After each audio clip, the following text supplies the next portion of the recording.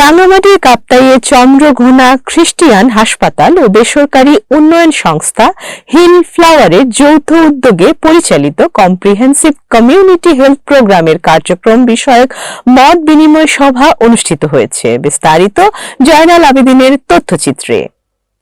যৌথভাবে খ্রিস্টান চন্দ্রঘোনা এবং হিল ফ্লাওয়ার একসাথে প্রোগ্রাম একটাই, ঠিক আছে। তো এবং আমরা ওখানের মধ্যে আমরা বিভিন্ন ইউনিয়নগুলোকে আমরা ভাগ করে নিয়েছি।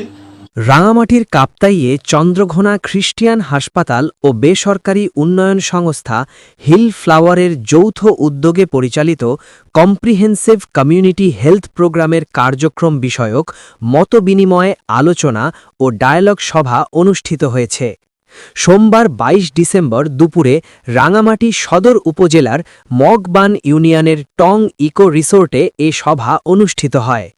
এতে সভাপতিত্ব করেন চন্দ্রঘোনা খ্রিস্টিয়ান হাসপাতাল ও খ্রিস্টিয়ান কুষ্ঠ চিকিৎসা কেন্দ্রের পরিচালক ডাক্তার প্রবীর খিয়াং।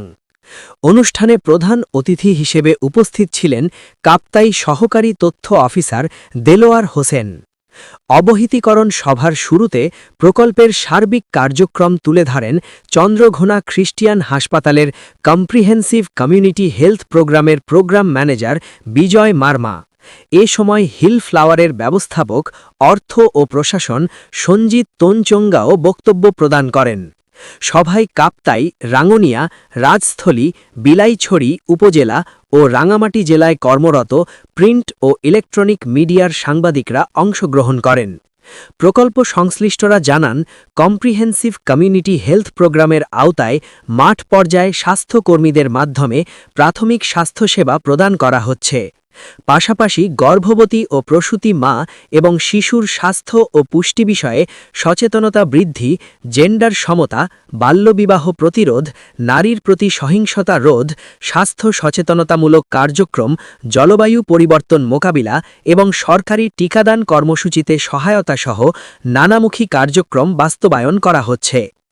মতবিনিময় সভায় অতিথিরা এসব কার্যক্রমের প্রশংসা করেন এবং সমাজে টেকসই স্বাস্থ্যসেবা নিশ্চিত করতে সংশ্লিষ্ট সকলের সমন্বিত উদ্যোগের উপর গুরুত্বারোপ করেন।